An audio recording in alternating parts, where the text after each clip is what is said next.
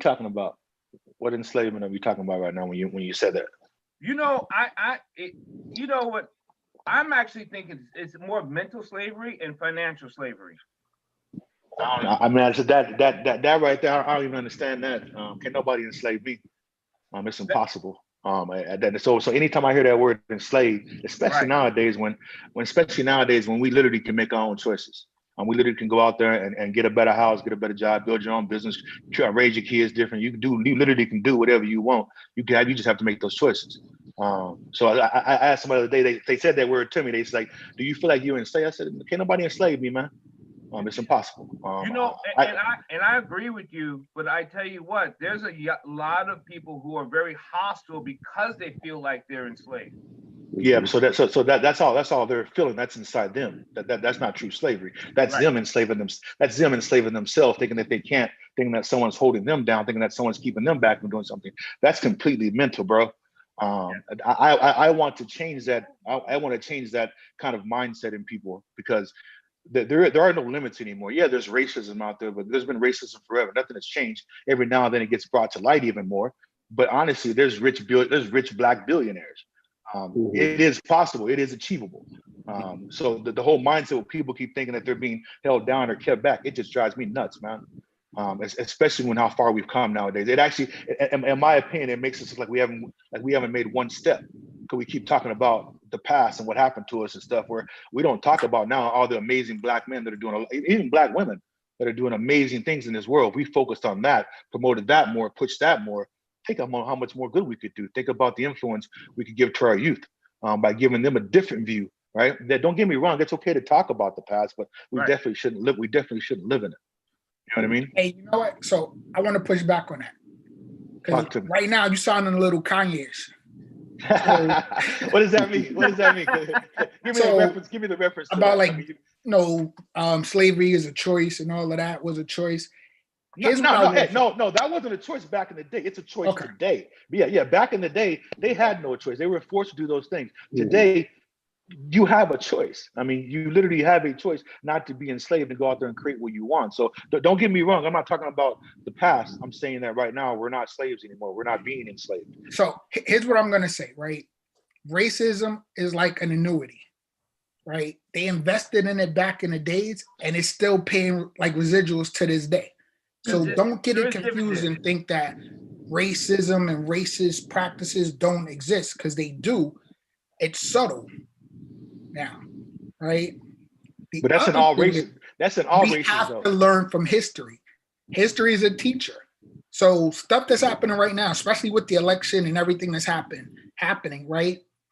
All this stuff has happened before in history. So we have to know our history to not allow it to like affect us. But history is very important. So that's important. We have to teach our history to the next people coming up so they can learn from it and they see the pattern, because everything happens with a pattern, right? We enter in stages, there's a pattern to everything. So once you figure out the pattern, then you can break the cycle. Malik, I agree with the pattern, and I understand what Brian's talking about. But here's the thing that I think even Woodsy can talk about. I don't think enough of our children understand cognitive development. We have not developed our children's mind. So if you take a child that's 10 and above, right, and they are stuck in this mindset of what they cannot be, what they're not, it's hard for them to ever grow to the men that we need them to be, or what we have, because look at the challenges that we've gone through or we've overcome by either not accepting what someone said we were to becoming what we know we can be. You know what I mean? No, man. I'm hearing both of you. I'm hearing both of you guys. I'm completely understanding what you're saying. Just because where I came from, which was single mom, and I never use my story ever. I never use my story as a crutch or something to hold me back. I tell my story so you know where I came from, so you can understand how I got to where I got to. Right. So my mom, single mom, daddy lived in town, saw him whenever he wanted to pop by. But he taught me things, right? Taught me how to drive, the basic things. I don't say he was a bad dad because he wasn't around every day. The dude did what he could do. He did what he was good at doing, period. Lots of education came from that, right? And so, yes, it is about teaching kids, and it's about teaching them at a young age. My son right now is 8, and the things that he knows that I've taught him at 8 years old, it's insane. I tell you right now, I don't focus on teaching him the past. I do not focus on that, because anytime you put information in somebody's head, if they don't know how to process it, they're going to process it in a way that could be damaging to them. And so that's how racism continues to grow, right? And so when you say, hey man, you should be afraid of this white man because this white man did this. Now all of a sudden, my kid don't even know this dude, and he sees a white guy, and he's already afraid of him. Doesn't know how to approach him, doesn't know how to talk to him, doesn't know how to do business with him. Those are the things where we have to be very, very careful with when we're teaching the past. We can teach the past, but it's how we teach the past. Right, we can teach the past in a new way where our kids evolve to become these Black men and women that are freaking changing the world every day of the week, man. So just keep that in mind when you're talking about the past and how we should talk about it. We just have to be very, very careful of that, because these minds are very young, and how we mold them is very important, especially going into 2021. Hey, Brian. Well, gentlemen, really quickly, go ahead, Russ. Thanks, well, I appreciate it. Hey, Brian, I think you're doing your son an injustice. I think he can learn a lot about your past. That way he won't, replicate what goes on in his future. So I think it might be a good bedtime story time for him to know about your past. Like Malik just mentioned, we have to identify the past so we can go forward. So I think that might be a good, teaching moment for yourself to really have your son know about your past, because it seems like it's a great path. It's a lesson that he can learn from it. So I recommend that you do talk to your son about your past. I talk to him about it. I just don't tell him all the grit and grind. I mean, that's just unnecessary. At his age, it's just unnecessary for him to consume that information, because he doesn't know how to process it, right? And to be so young, and to process pain at a young age, it's already difficult. I was spanked as a child, right? My son doesn't get spanked. If I spanked him, he would know what to do. He would be, "What the heck's going on? Like, you putting your hands on me?" Like, you get what I'm saying? I'm raising him differently from the way I was raised, right? I'm changing. So don't get me wrong. He knows. Go ahead. So I got a question though. So when he encountered these things that you kind of not, showing him in life, you know what I'm saying? That you're saying that it's kind of absent right now. When he encountered those things, how you think he's gonna handle those things? Like you just said, you don't spank him, you don't, punish him in that manner. And like you said, he would know how to act if you did it. So when he gets a little older, and then he encounters racism, encounters those things that you, like you said, you don't try to instill, that you don't show him, what's going to happen there? That's the only issue I have. I mean, like I said, I like to live in a positive manner, but it's still a negative demons out here. You know what I'm saying? It's negative things out here that we can't just say, hey, turn a blind eye to, because when we encounter them, just like all of us, when we ride down the street and we get pulled over, our whole narrative's changed now, because we got to be on the defensive side, and it's pretty offensive side versus defensive side, because we get defensive, that's when we get locked up. So we got to become offensive and play and have a strategy and say, hey, put your hands up, turn the lights on, no sir, no sword, no sword, yes sir, all this other stuff, and it's like, how are you going to teach your kid how to manage those things when he encounters those things? So my hope is that, just like everyone else, we all get to pick our own paths.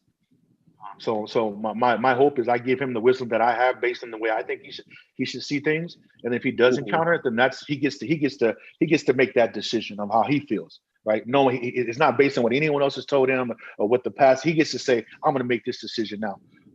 And I completely agree with you. And when it comes to the law, everything is about being on the offensive. It's about using your head. If you get aggressive with someone who has the right to kill you, they potentially will kill you. Your idea is to figure out, how do I get out of this situation and get to a safe space, so then I can figure out how to go back and deal with the situation, right? So I have a question that came up online, and it's because anyone can post their comments or questions on either the Facebook or YouTube or Instagram. So the question is that those are expectations we are still being hindered because same systems are still in place. I think, Malik, that's what you were talking about. And I kind of agree. If you don't understand the system, Right. then you get tripped up. And I think when we talk about our past, we're not talking about our pain in our past. Our past doesn't have to be painful and related to our information, but it's just information. Now, all information can be traumatizing depending on how you relay it. And I think if we don't understand our systems, we get tripped and caught, because there's a lot of Black men caught in a systematic system that they don't know how to get out of because they were never taught the system. Does that, am I making, does that make sense? That's what I was going to say, is that, you know, sometimes we use systems in slavery, especially with African Americans, we use them interchangeably. So maybe you are caught in the system and we call that system your slave. So the definition becomes more subjective, and it's like, what is your slave? But realistically, what we're asking is, what is the system? What's the system that you're caught in? Because each of us have a system that we're caught in. Each of us are, we're you, Brian. Like, we're teaching our sons, look, here's this box. The literature and the art and everything in the past has dictated that this is the box and this is what's acceptable. But what I want for you is to be able to go against the grain, to say, like, look, this is the box, but I don't have to follow the box because I have my own brain. So I understand what everyone's saying, but I just, you know, the English teacher in me was thinking the same thing about, you know, systems and slavery and using that interchangeably. And I know, I just want to put that out there, that sometimes we do that, and sometimes we mean what our slave is just being caught in a system. Because realistically, even if you look in the past, that it was a system. I mean, it was economics. Slavery was economics. That was a system. And so the slavery definition is the same, but the action of slavery has become very subjective, and it's turned into a system because that's what it was meant. See those words, man, I can't, those words bother me. And that the word system, the word slavery, it's like, if we continue to use them, especially in the way that people take them, that's the big issue, man. Just ask me what my situation is. Ask me what my problem is. Ask me what I'm going through. When you put me in a system, I start to think of, oh, now I'm in a system. Oh man, fuck this shit. You know what I'm saying? These people, like, they gonna hold me back. That's just how your mentality goes, right? That's automatic, because you hear those words and it just triggers you, because you have been taught that the system and racism and slavery, those are bad things. And so automatically, when any of us Black men hear those words, come on, you automatically think those negative terms, right? And so I hear that, and I totally agree with what you're saying. But then I think what Malik was saying was, recognize the system. Right. I also think you got to be able to, like, instill, like, the skills in your son to navigate this world. Like, you got to prepare him for the real world, as opposed to putting him in this cocoon or this bubble thinking everything is rosy, and then you get into the real world and you don't have the skills to navigate it. So I don't put him in a cocoon, but what I do is I give him the opportunity to experience life without me giving him everything that everyone else has gone through, telling him everything that I don't put all that in him. So he gets to be a kid right now, bro.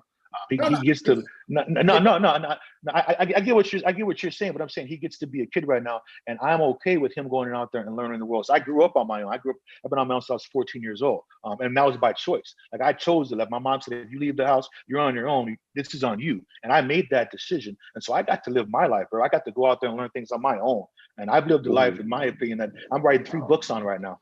Like, I've lived a pretty amazing life where I've experienced racism. But you know what I took it as is, someone taught you wrong, brother. You really don't hate me. There's no way you could hate me. You don't even know me. And just because you hate me because of my color, not even the real reason to hate me, right? And so I came back with compassion when I was put with that negativity, right? You want to know what happened? Now that guy, when he sees me, he doesn't see me as Black anymore. He sees me as me. You know what I mean? He sees past my color, because I came at him a different way. I didn't come at him with anger and aggressive because he felt away, because he was raised, because he was taught away. I tried to teach him something different, right? And so that's what I. Go ahead. And Brian, I agree.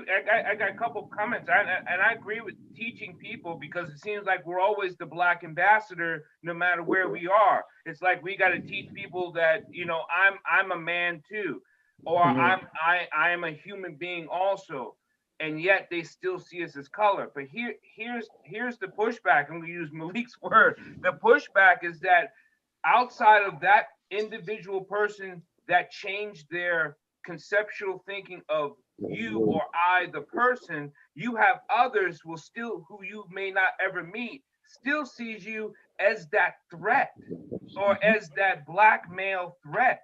And like, and here's the story. So like when my oldest son was getting ready to get his license, and Chad knows Caleb, before he got his license, I did a 3-hour thing in our living room with 4 chairs to teach him how to get pulled over. Now, if I did not do that to him, and he asked me, and this is before Castile got shot in Minneapolis, he had said, "Dad, why are you doing this?" I said, "Because I need you to come home." You know what I mean? And I would started crying. He's like, "It'll be okay." And so I was telling him about his friends and all this other stuff. And a week later, Castile got shot having an legal firearm with his license in this thing. He got shot. We all saw those things, right? And he came home, he was bawling. He goes, "Dad, I now get it." And that's just, those are lessons. I wasn't trying to teach him trauma. I wasn't trying to get him afraid. I was just trying to keep him alive. Does that, you know what I'm saying? No, that makes sense. You know what? I think all my comments are coming from where I live at versus where you guys live at. Right? Where do you live? I live in Fargo, North Dakota. You see the big old sign behind me? Me, Chad, and I are on the Isle of Caucasus, and I knew when he said what he said, I saw that Fargo sign, and I said, yeah, because here's the thing, like, we want our children to be champions in this homogenous society, and there's every reason why they can't. So to put it, when I got to Fargo, because I went to school around there. So when I got to Fargo, I looked at this homogenous society and I thought it's just an inherent thing where you're just like, man, can I make it here? Can I get to this level? Can I do this? And then the light bulb comes and it snaps and it's like, oh no, I can do, these people are gonna respect me. So Brian, I know where you're coming from when you said that, and I looked behind you, and that Fargo sign was bling. That was it. And Brian, I'm sorry, we have never met, but I did 20 years in Fargo. I just technically just left. He said, "I did 20 years in prison. I did 20 years." It's like Chad and I are just 55 miles apart or away from you down south. Yeah, yeah. Well, gentlemen, really quickly from me, I think this is an excellent start. And I think it goes back to the reason why we have this forum, because it's learned behavior. When you get a chance to speak with and be around other brothers like ourselves, we can share information that can be useful. The world never stops teaching. So it's important for us to continue to learn. And again, as Malik talked about the systems, those systems have put things in place, but it's important for us to understand, as you said, Doc, the systems so we can learn and we share them with each other. So when they come about some other way, we're familiar with them and we understand. But it's so important for us to share in this form here so we can get a better idea, because the world's going to continue to teach us. We have to continue to learn, because something we thought maybe previously, you may change your mind. And again, I have to go out and say to Malik, early on when we talked about the pandemic, I said some things and I thought about the pandemic. He and Russ had a forum and we talked together. Those thoughts that I had then have changed because I learned that things have gradually changed. And I think that's important for us to keep an open mind that we can change our thought process because we are learning. Yeah. I agree with you. I agree with you, Chris, on that. And I think the bottom line is, like, we're talking about learning, learning from each other and everything like that. And again, you're never too young, you're never too old to learn. And it doesn't matter where you're from as well. Like for Brian, I'd be surprised, kids pick up things at an early age. I bet you that the 8th grader that you have, Brian, is already hip to the game on certain things that you think they might not even think we know about. So no. Hey, so just so you know, the world is going to teach my kid by itself. I mean, that's just what it is. But I am trying not to be the voice that slows them down. The world, of course. I mean, he's got he's mixed, so he's half white, half black. So he's got white friends, black friends. So I'm pretty sure some white kid at some point in time probably said something to him, or some black kid probably said something to him. Something probably happened. Completely okay, but that's the journey he gets to go through. Again, he gets to then make the decision of how he reacts to it, versus me going back and telling him. Now, my kids know they can come ask me any questions. And so if he has a question about something, he'll come ask me a question. But he doesn't. Did you guys know that the NAACP put out a national warning alert? Yep. For what? To be on the watch out. Is that real? I saw it, but I don't think it was real. Yeah. Go ahead. Yeah, I mean, I actually saw somebody from the NAACP kind of debunk that theory, like how, about a personal alert supposed to be out, after this election. So I don't know. I don't know about that one. I haven't heard it. Listen, I think one of the tragedies that's happening right now, everybody lives in their own little world. So depending on what you favor, what you like on Facebook or Instagram, that's constantly in your feed. Yep. So you got people who believe in QAnon, and all they get is that stuff, QAnon, to like reinforce it, right? If you a Black Lives Matter person, that's all you're getting is the Black Lives Matter, literature. So you are in your own little world. You could be living right next door to your neighbor, and y'all getting totally different information depending on whatever your like is. So, and that stuff is systematic, right? Think about this: 70 million people voted for Trump. After all the demonstrated sexism, racism, misogyny, like what he's done with the pandemic, 70 million people said it was okay, right? Forget all of that, and I think he's going to do better for the economy. But you're right, Malik. They said 49% of that 70 million was more concerned about the economic and the money, right? Yeah. So think about that, right? Racism, capitalism run parallel with each other, right? Mm-hmm. People overlook, right, what's happening to their Black brother or sister because of their paycheck. 55% of white women voted for Trump, right? That's crazy to me. And it just tells you, like, we're in a divided country. Mm-hmm.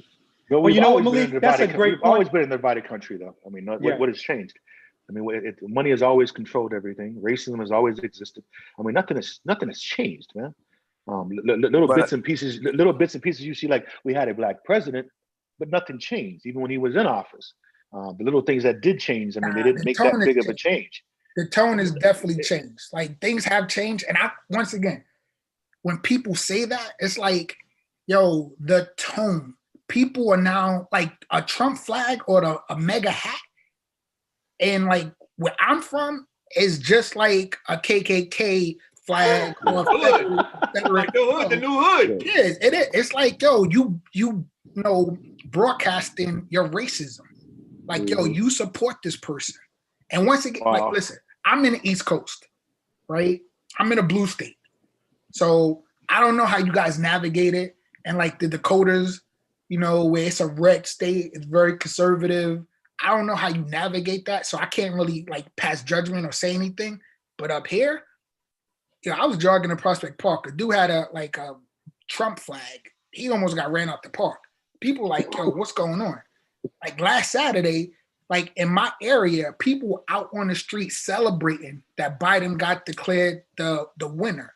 Yeah. Think about that. Think about the trauma that goes into that, the anxiety. People are like, we can't have another 4 years of this guy. Well, check this out, Malik. I was born and raised in Philly, have moved here to Florida, been here for 2 years now. Red state.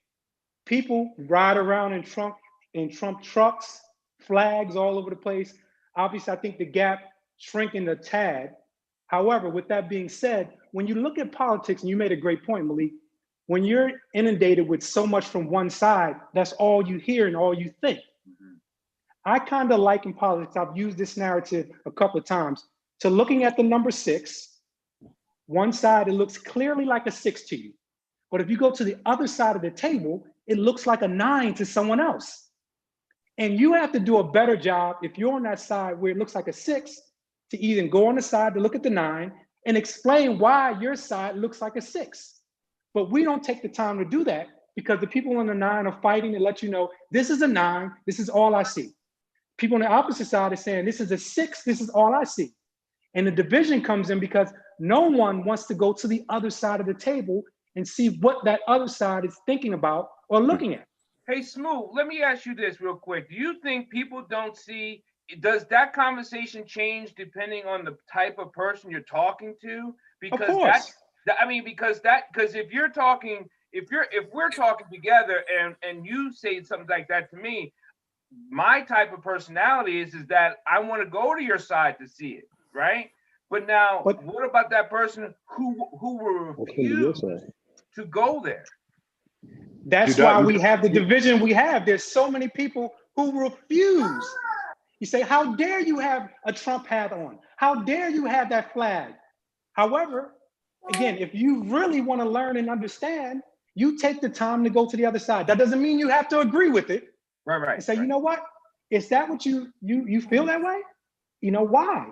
Or try to explain your side. But too many of us take offense to the opposite side of that table and won't dare entertain or at least have a discussion about it. Like I said, I'm clear on saying you don't have to agree.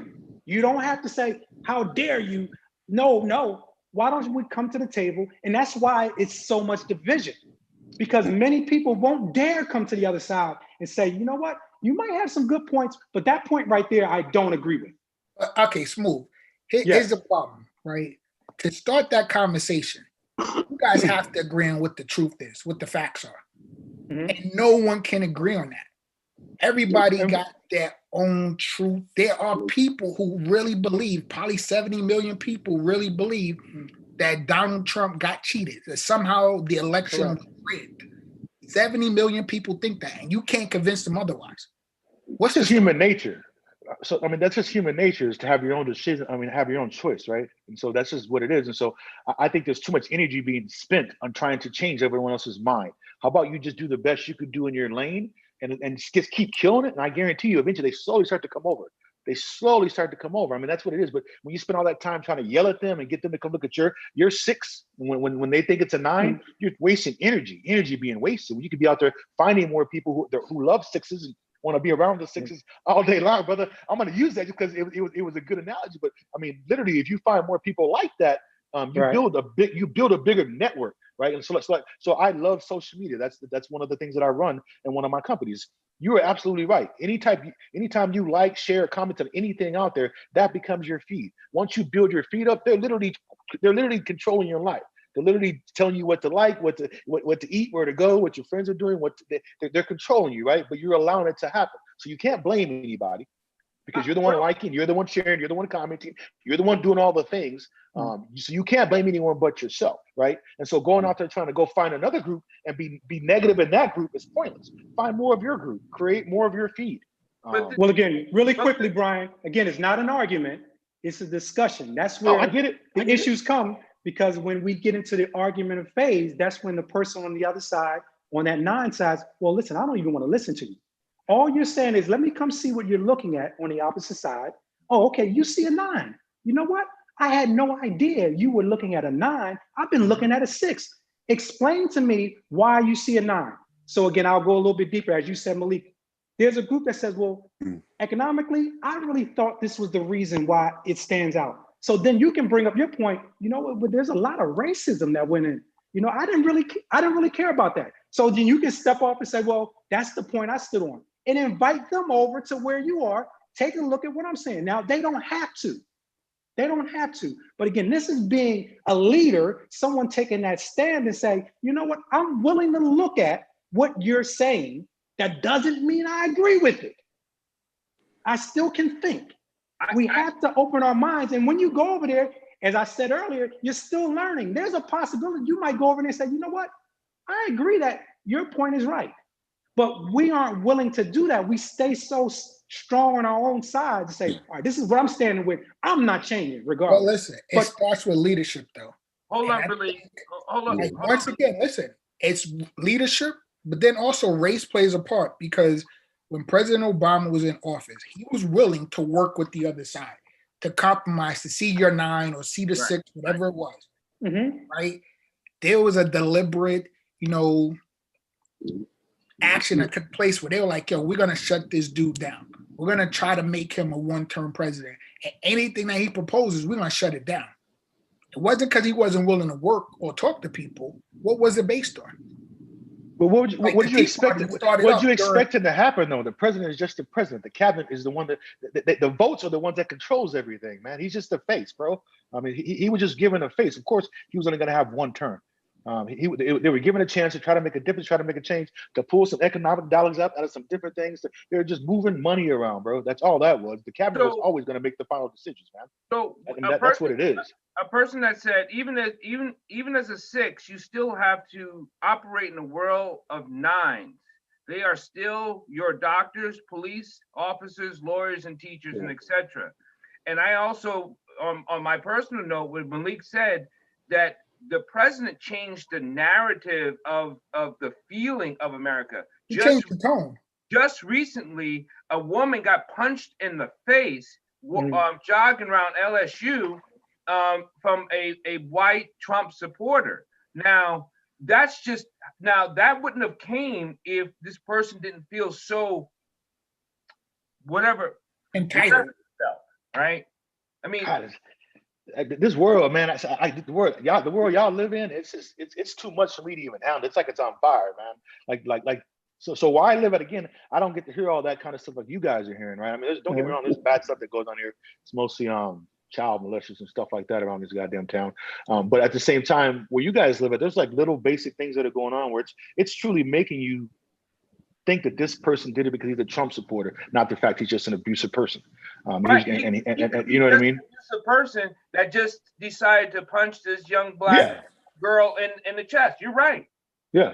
So when people say just because someone likes something or chooses to do this thing and then something else happens, they try to blend those things together. And that's what always confuses me. Because like I said, he may have been a Trump supporter, but again, he could have just been an abusive asshole.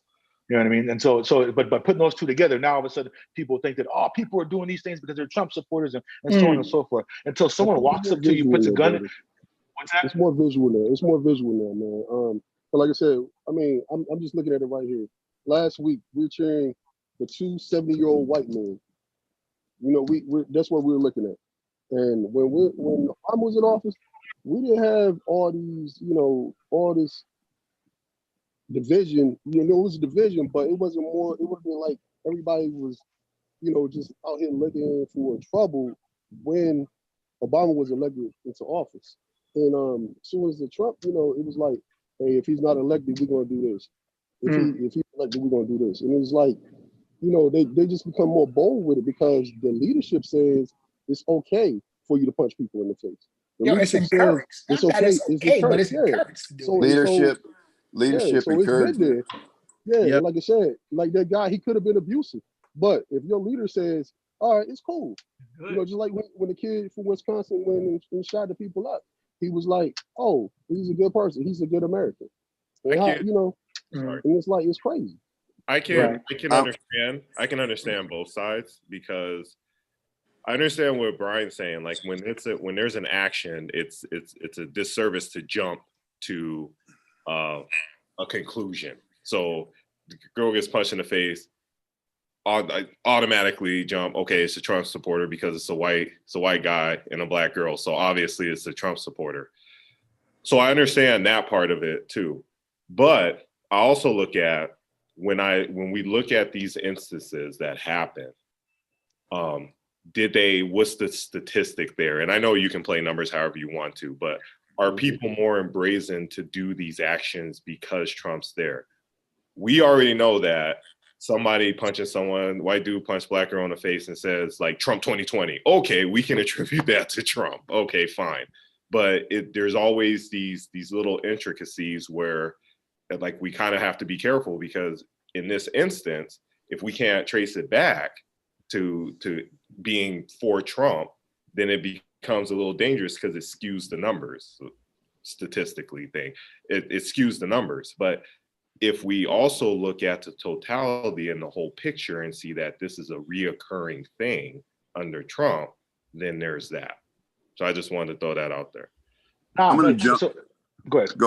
I'm going to jump back a little bit and kind of break it down a little bit simplicity wise, is that you got the 6, you got the 9, and we're looking at the division and the separations, but we got to go back to the simplicity of things, the compassion for people. Like, you may think something different than I do, but I want to see how you think that. I want to learn. I want to get that knowledge. I want to show you the knowledge from my side, and then come to a continuum if we agree to disagree. And I had this conversation with a member the other day that's hardcore Trump supporter. And he had an issue with just recently when the Bison athletes, some of the black athletes knelt. And that was huge here because we're a red state, and people here love the Bison. And when they did that, they were like, I'm stop watching. I'm not going to support. I'm not going to do this. One of them might be a top 5 draft pick, FYI. Exactly. Right. And so he continued to explain his side, that, you know, this patriotic thing, the flag, so on and so forth. And I know that this area is a great pride in military and soldiers, and most of the country and areas are. But what people don't understand is that, you know, when Kaepernick made that choice to do that, a soldier told him what to do properly and show respect for that flag. But most of these people, all they are focused on is that patriotic mark, that flag, the soldiers. But when the soldiers themselves are fighting for the freedoms and the choices that we have to make these decisions as peaceful protests, say that that was totally okay and his right to do, these people aren't understanding what those neighborhood kids are going through in New York, where your guys are from. Here in our area, probably a little bit less of what we deal with. But every day when you get up and you see a police officer harass your mom, your uncle, yourself going to school, doing those things with profiling, these people here in our area don't understand that. So I was trying to show him that aspect of, you don't live in that world. So you got to take yourself out of your shoes of what you believe in and what you want to do. And you got to see what these guys go through every day and why they're fighting for this and doing this. This is important. They're not saying soldiers suck and we disrespect the flag and all this stuff. We're saying, give us the same freedoms that you have with not getting profiled when you're driving down the middle of the street and all those kind of things. Give us those same things that we're getting unjustly accused of. And when he kind of saw my view and put himself in that position, even though he's hardcore Trump, big time military supporter, he saw those things. And I educated him on that aspect to see my 9. And I saw his 6 because I respect the hell out of the military. But I also understand, having kids and being in a position myself to be in those places with police officers and people of authority, that he should see how I feel too. And that was a great conversation. He may not still believe that that's important for them to kneel, but now he knows why they kneel, and we were able to agree on something. So I think you got to go back to compassion. There's going to be always separation, but you have to have compassion in human beings. We get so caught up in work, money, all these kinds of things. And if somebody dies, we're almost like, oh man, I'm sorry, he died. And then we keep going.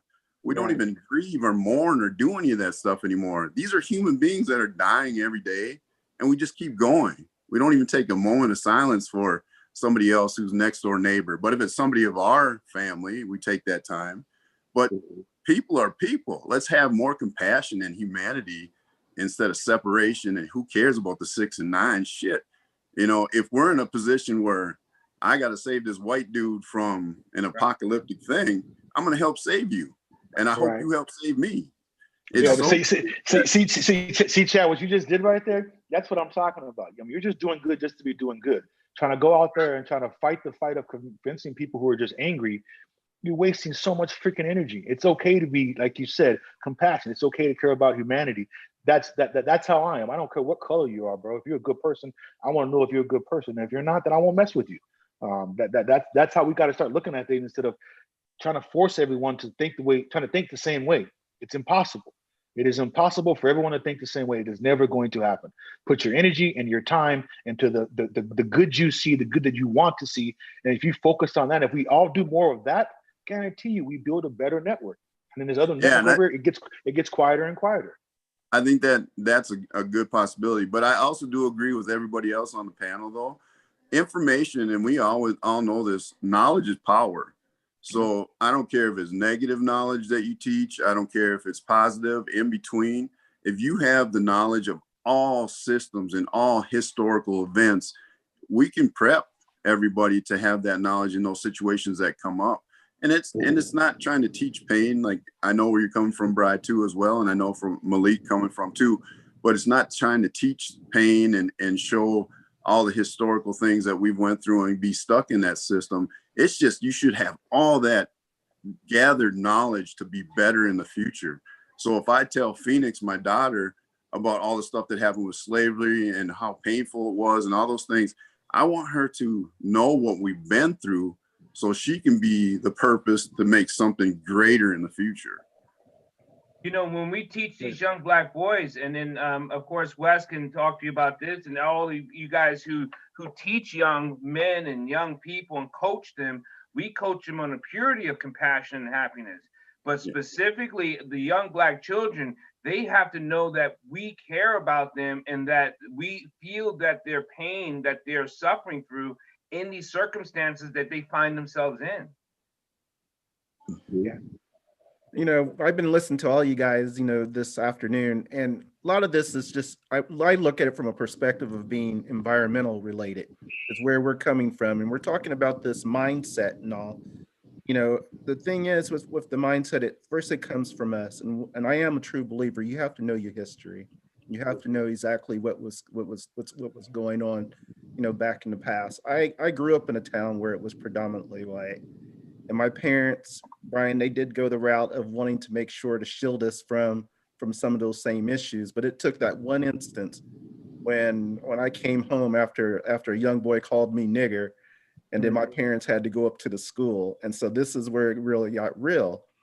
And so, you know, we have to prepare ourselves for those type of things and then be able to move forward, because like I said, if we don't prepare them, and then we're going to lose them in that respect.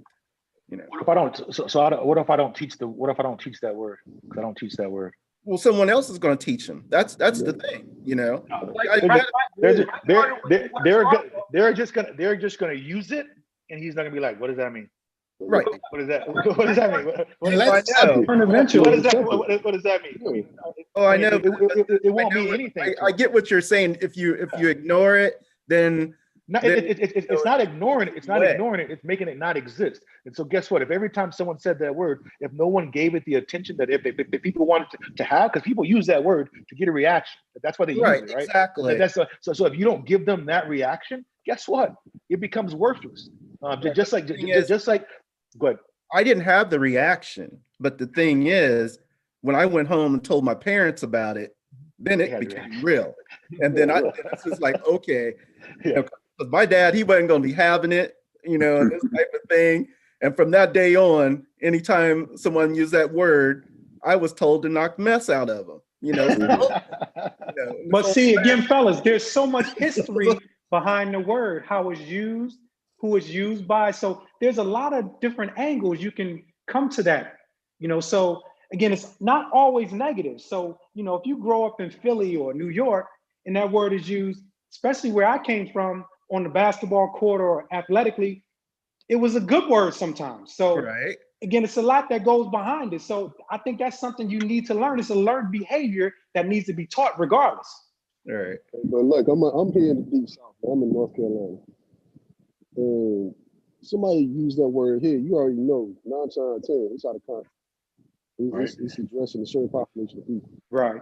And so I had to teach my kids that, you know, like you said, you know, just growing up, like, hey, you got to stand your ground. I mean, yeah, you shouldn't react all the time, but you should address the issue, because, like I said, it's not going to go away. It's just like if you get cut, and if you don't address that cut, it's going to get affected. It's going to get, you know, gangrene. You know, you might lose. You know, so I understand what you're saying. Like, don't react to it, but at the same time, it's wrong. You know, and that's the thing. And it's not going to go away by just not looking at it and not addressing it. So how long? So let me ask you a question. How long has the fight been going on to make that word mean nothing? It's been going on a long time. All right. So we tried it that way. We tried the fight. Right. We tried that. Now let's switch it up. For the next 30 years, don't let it. Matter of fact, if I come up to one of my homeboys and I say the word, they don't react, or they react in a happy way, like "What up, my nigga?" So I am truly confused that just because another person of another color says it, there's a different reaction to it. That's the thing that has always confused me, because my cousin said to me all the time, like, "What up, brother?" Yo, But it goes back. It goes back to what was said. How you educated. It's not the word; it's the intentionality of the word. Right. So when we get back to, like, for instance, systems, for instance, right? We can take systems out of something, but at the same time we take the word system out, there is a system or an institution that's bred to make sure there is not equity or equality that occurs in this community that we call the United States. If I take us back to Eastern methodology or philosophy, look, we don't just look at it from one perspective. We look at it from the front, the side, and the rear, so I get the picture in its totality. So this goes back to exactly what we're talking about. Like, how are we actually preparing our young people to understand and be able to navigate in the world? You're in Fargo. I still got to be able to maneuver if I go to California or if I go to somewhere else. So the more information we give people, the easier it is for them to navigate in different spaces. I'll tell you, I'm probably the weirdo. You want to know why I'm the weirdo? Yeah. It's because I pick and choose the places where I want to go, right? And so if I know that this area is not the place that I want to be in, I don't go there. I stay in Fargo because I feel like this is like probably one of the most safest places for me right now, because it could be. I like my bubble. I ain't gonna lie. I like my bubble. I mean, Is he up there? I respect that. We each. Hey, B, but your child might not live there. Right. What if he decides when he get 18, he's going to go somewhere else? Now he's at a disadvantage. Not at all. My daughters live in Minneapolis. I raised them the same way. They still don't see color. The word niggas, the word nigga still don't bother them, and they live in Minneapolis. When all the riots was going on, they understood why people were angry, but they didn't get involved. They're making decisions based on what they think, not based on the fact that I instilled all these things in them. Does that make sense? I let them become them. I let them become them, and so because they were just chosen to be compassionate people, that's just who they are. It was just parenting in a way where it was love, period. Now, let me mention this. So, Brian, basically what you've done is you've assimilated. So now there's no color. You don't see color. Everybody's kumbaya, right? Yeah. And that's kind of what happens. It's like, yo, we're all gonna follow this Western philosophy. Forget where your roots are. Forget, what your history is. We all kind of get it. Well, it's not forget it. Not forget it. You just don't build on it. You just don't. You don't build on all that. Okay, my bad. Don't build on the negativity part of it. Build on the fact of how we overcame it. Build on the fact of how Oprah Winfrey became a billionaire. How Tyler Perry became. I'm doing movies, bro. I'm making movies. I ain't talking about going out there, building a rocket or something. I'm making movies. But that came from the difficulty. Your success comes from your it does not. It does not. I've had difficulty my whole life. My success comes from me never giving up. My success comes from me trying. You learn from it. Not because of the pain I went through. You learned from it. Yes, but I don't. That's not what made me. The other day I was on a show and the guy was saying, "Well, tell me about your past. I had a tough past. Well, tell me about your past because that's probably what made you who you are." And I was like, "No." I said I went through those things, but it's not every day I change. I never look. Is that what you're saying? No, I never look back at the past. And so the world is supposed to evolve. If you don't evolve, you're getting left behind. So I change every day because I'm supposed to change. A plant grows every day. A tree grows every day. Things grow every day. If you're not growing every day, you're stuck in the past. And if you're stuck in the past, you're behind. Okay. So you're saying you didn't learn anything from any of your trials and tribulations to get to where you are now? It didn't make me who I am. So just because I only had that single mom, I don't go around crying that, oh my God, I had to feed and cook and blah blah blah all myself. I don't go through all of that. It didn't make me who I am today. It was part of the process to help you. You Want you in know, the house with your kids there because Okay, listen. Listen, you guys, it's words. you guys, Nah, this is you guys like- using different words. So you're using hold on. You're using different words. And so yes, I learned. I was educated on the things that I went through. But I don't wake up every day talking about the pain that I went through and said, this is why it made me who I am. No. this is like, this is awesome Yeah. because this is an important conversation. This is a conversation that has happened for centuries. Like we're having this conversation right now. And like, I'm excited about it because this is what, as an English teacher, this is what the literature points to. And this is what Black males have to make a decision. And we have to make a decision based on the environment that we're at. And I constantly tell white people this, based on where we're at, we have to make a decision for what's best for us and for what's best for our families. And we might not all agree with the decision. So Brian deals with energies. He deals with energies, and like he just wants to trudge forward, and he just wants to build his capital, to build his family, looking at the positive. Look at these people. Look how they, and we kind of, when we say assimilation, it is a form of that, Brian, but it is important to say that we look at assimilation as this total negative thing, but it's a survival tactic. Gentlemen, we are all like making these decisions to survive based on where we are in our lives and based on the environment. And I think that in essence is the important conversation. Like, how do we teach our Black boys to look at their environment and make their decision positively for their family and for their future? And I don't think we need to get hung up on, you know, I'm just saying, I'm not saying negatively, but I don't think we need to get hung up on like how our journey goes. Right. I believe that Brian understands his past. I believe that he feels that bringing his personal past might put some type of energy in his child's mind to where it puts him in a box, and he doesn't want to do that. But I don't gentlemen, want my son in a box. we're all trying not to put our people in a box. And some ways of doing it is by knowing our past.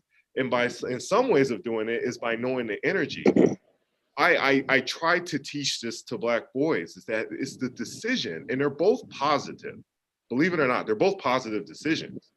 But there's consequences both positively and negatively for the decisions that you have. So yes, there's some negative things that could happen to Brian's children because he didn't do X, Y, and Z. But there's some things that could happen negatively because maybe we harp too much on the past, A, B, and C.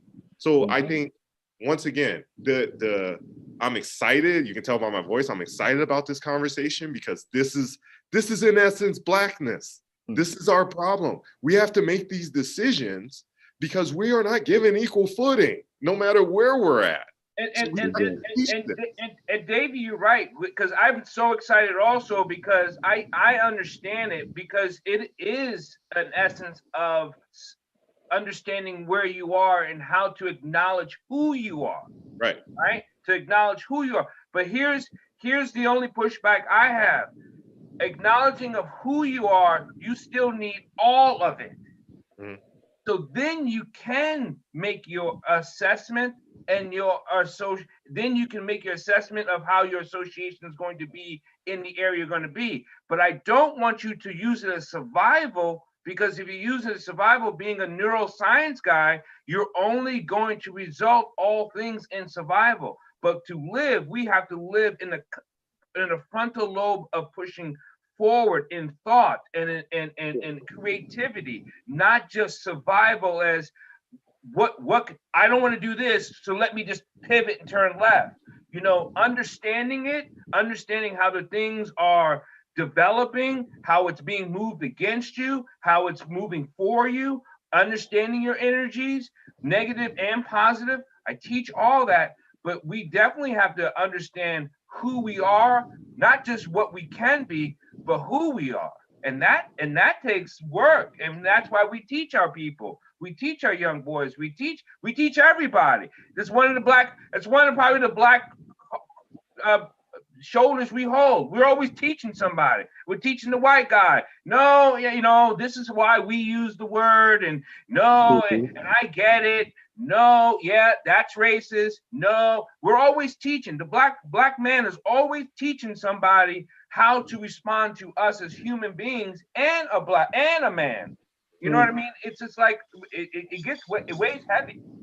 Hey, I'll say this too, really quick. I'll say this too, guys. Like, you know, it's all about knowing your past, but what's the theme? What's going around 360? What we talked about from the beginning with Brian, we talked about a conversation. From Woody was talking about having a conversation. From Chad, when he was talking about having a conversation with that person. All it stems around having a conversation, having a dialogue. Without the conversation, you have nothing. So that's the most important theme that has to be really conveyed here, is having a conversation. Having a conversation with people that you can have a conversation with to make that change, be it an 8-year-old or 80-year-old. Conversation, this show is Black Coffee Conversation. There's a reason why it's called that show. Having that conversation is the most important theme that we should keep in mind. Beautifully said, Russ. I would say this. As we talk about this, right, and I operate in energy, but if I have a conversation, it requires one person to communicate, the other person to actively listen. Yes. If we're talking about positivity, positivity is not illuminated without negativity. If I get in my car and I don't have a positive side and a negative side, that car ain't going anywhere. So we have to understand that one brings light to the other and the other one brings darkness. And so I get and feel where you're coming from, but I think in order to be able to critically think and make informed decisions and other things, we have to make sure we don't have to focus on it and expend all our energy on it, but it should be something as a tool or a resource that we have in our repertoire. That balance. I'm a thinker, right? And so the issue with a lot of the things that, from everything you guys have said, I've loved it. I'm glad, Chad, thanks for inviting me to this. I love having good conversation with good people that don't think like I think, because that does give me the different views of what's out there in the world, and that helps me build a better picture, right? Create a better me, try to help create a better world, right? And so I am the person that, when you start thinking about why did this happen or why are these things going on in the world, I would dive too far into it. When they say more Black people are killed than white people in this world, I would say, okay, show me the statistics. I mean, that means you have to go through every city, every town, every state, every whatever. You'd have to know about every death, everything. If you don't have those numbers, you're just throwing out there what you know. And then that right there could sometimes hurt us, because now you're just going by what you know. There's no true facts behind it. I live and I focus on data. If the data doesn't line up, it's not right to me. And so this is why sometimes I get, like you guys have been saying, I get stuck in my bubble, because the data that's telling me that I'm in my bubble and I'm doing right, that's what I'm focused on, right?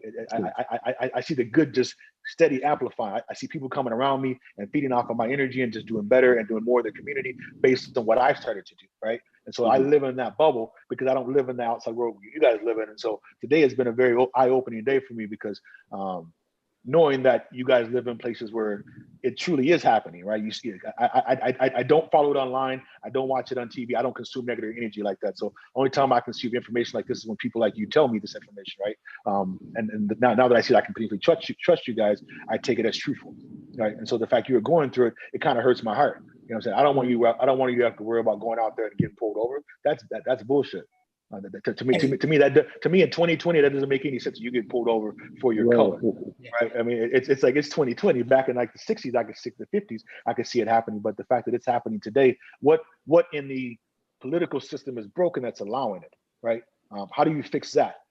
How do you get mental tests on everyone who picks up a gun and says, I'm gonna defend the city? How do you get mental tests to make sure that they're mentally capable of understanding color doesn't matter, right is right, wrong is wrong, and they pursue those when they go to traffic stops or they go to arrest and they do things like that? That's how far I go back up the system. I don't just talk about this cop's a bad cop and he needs this. What is broken that needs to be fixed? And if we take our energy and we focus on that, and we figure out how to fix that, that's how we fix these problems. That's how we get, and I'm gonna say bad cops, because there are bad cops, but there are also good cops out there. That's how we get these bad cops out, is by weeding them out, by taking them through psychological tests that proves the fact that this person is not capable of handling this situation. And if that means that we have less cops in the city, don't start complaining. Don't start, well, there's more crime now because we have less cops. Well, you got rid of the bad cops that's working with half the criminals. What did you expect to happen? Right? You're gonna have to take the good with the bad. That's what it's going to be. But eventually, you'll get enough good cops in house to make a difference. But if you sit there and use, can I say something? Yeah, go ahead, brother. One of the things I love about this conversation, it shows that we are not a monolith. Everybody doesn't think alike. Everybody, like Fargo and Dakotas and Philly and Florida, like, which is great, right? And I think it's important that goes out there, that people understand that, right? Different perspectives, right? I always go back to this, right? Leadership is key, right?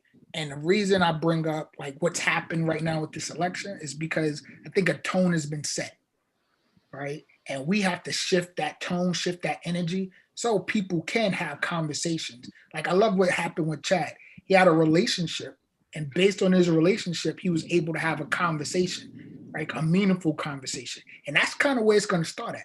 It's not going to start at up high. It's going to start in your day-to-day interactions with different people. Brother, I agree with you, brother. I love it. We can talk about this all day. We like to keep Black Coffee conversation, real talk, real issues with real Black men, and I love it. And I absolutely, and I knew we were going to have a conversation after the election, and give everyone this time to breathe a little bit. I want everyone to stay safe, stay blessed, stay healthy, and we will have another conversation in the next couple of weeks, and I will let you guys all know. But is there any last words you want to say, Kelly? Nah, just really glad to be in here and be able to politic with you great brothers, man. It was truly enlightening for me. Thank you. Wes? Likewise, it was a great conversation. And Brian, hopefully you'll be back on the next call with this, man. Definitely, my brother. I'm looking forward to this. I'm looking forward to invite, I don't know how many people you guys want on this thing, but I'm looking to invite as many brothers that want to change the world as I can here. Hey, we got room. Russ? Nah, it's always a pleasure to build my brothers. I appreciate you guys. I would just say one thing, Brian, just the main thing, and again, it's not a gang up on you, but I think the thing that you can take away and what we can all take away from this is have a conversation with your 8-year-old son. I think you'll be surprised by what he knows, and I think you'll be surprised on the outcome. So have that conversation. I'm not having that conversation. I'm telling you. I am not having that kind. I have 3 daughters. I have proven the concept with the 3 daughters I have. I'm not gonna break my tree right now. So. We'll have a conversation with your son, and you'll be surprised what comes up. Guaranteed. So when we come back 2 weeks from now, and you're gonna have a conversation with your son, you'll be surprised what he knows, and I think he's gonna surprise you. Trust me on this one. Okay. All right. Brian, I'm gonna say I appreciate you, brother. I appreciate that you had this conversation, which is hard because we delved deep, and you brought up some good points. But for people who are watching this, I just want to piggyback on what Malik says, and he says it every single time. We are not a monolith. We come in different forms. We have different opinions. We have different backgrounds, and we're in different environments. So just keep that in mind. Love it. Hey, Smooth. Great stuff, gentlemen. Positive energy is a gift. Be a giver. Choose love. Love conquers all. And check this out, fellas. All we need to do is figure out when we do our thing, we can push the needle. Simple as that. Malik. So once again, thanks everybody for just dedicating this time, right? And I always look forward to this. I want to leave you with one thing, right? The battle is not over. No. Right? We won, like, and I don't want to say we won, but like, we won nothing. We won it with this election, but it's not over, right? And what happens is the enemy, right? They pray that you're going to get exhausted. you're going to get weak. You're going to give up and say, okay, I won this battle. The war has won, and it's not. Right? So be, persistent, be consistent, do everything that you have to do to know, like, it's good versus evil. And that's how I look at this. You got this force working, right, to like undermine you, to keep you in this certain position. And it's up to all of us, right, to push back and bring more people on board to keep pushing back. All right. So I always look forward to this. Thank you guys. nativeof.com. Thanks, Russ and Chris, for rocking the gear. I'll get some gear out to you guys too. Send me your info. I'll get some gear out to you. Thank you. I will, because I know I need some. I was all jealous when I saw them riding the shirt on. I'm like, man, but that's okay. Hey, Chad, you're next, please. I just think as this panel, we did today what we want to accomplish every conversation. We're creating a conversation for younger kids and other people of different races and everything to get on this YouTube channel to see how we interact with each other.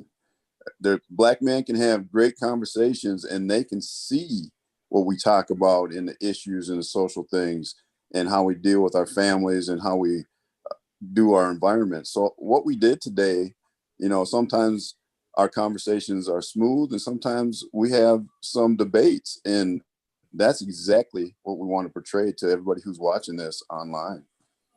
Yeah. Brian? Again, I appreciated everybody's opinion today. I think it's amazing we can all come together and have this type of conversation. I'm not used to having this kind of type of conversation with this many brothers, just because of where I live at. So and don't get me wrong, I would love to. I would love to. For some reason, the one thing I'd like to talk about next time, for some reason, why do we all feel like it's a competition between us? And so some of us don't work together. Like there's enough of us in my town I live in that own enough Black businesses, but a lot of us don't work together. And that really bothers me. And so that's a conversation I'd like to have for next time. But for this time, I want to thank you guys. I want to leave everybody with this. It is okay to be different. It is okay to think so far in the future to where you see a peaceful world. That is all okay. It can't happen. If we all want it bad enough and we all change our mindsets and we all start focusing on a better future, we can make a better future. We just have to all want it bad enough. Charlamagne? Hey, great conversation. Appreciate you guys for the invite. Like I said, brothers, just remain positive. It seems like everybody thinking on your brother. Hey, that's all good. Hey, I got 6 kids, man. But my thing is, I think what helped me with mine, transparency early in life. Just being transparent early in life. I was a father early. I was a father at 15. Oh, wow. And I can't say I was a father because I didn't know how to be a father. But I felt as I progressed, I became a father. My kids grew up with me. But transparency early in life, that helped my kids get to the point they are today. And like I said, that's my thing, man. You guys can follow me on Instagram, Charlamagne McCarter, and Facebook, Charlamagne McCarter. And great conversation, guys. Yeah. Well, I know I put everyone in our chat group on Facebook on the Messenger, so everyone they can share the information on there. And I just want to say thank you, brothers, for showing up. And you always show up and you show out, and that's what we do. We change the narrative of we. We can only do that. They will never do that for us. We change the narrative. We change our perspective and we change our energy. Thank you so much. God bless, and everybody be safe and be happy. Peace, Have a good one, fellas. Good. Good weekend, everybody. Good stuff.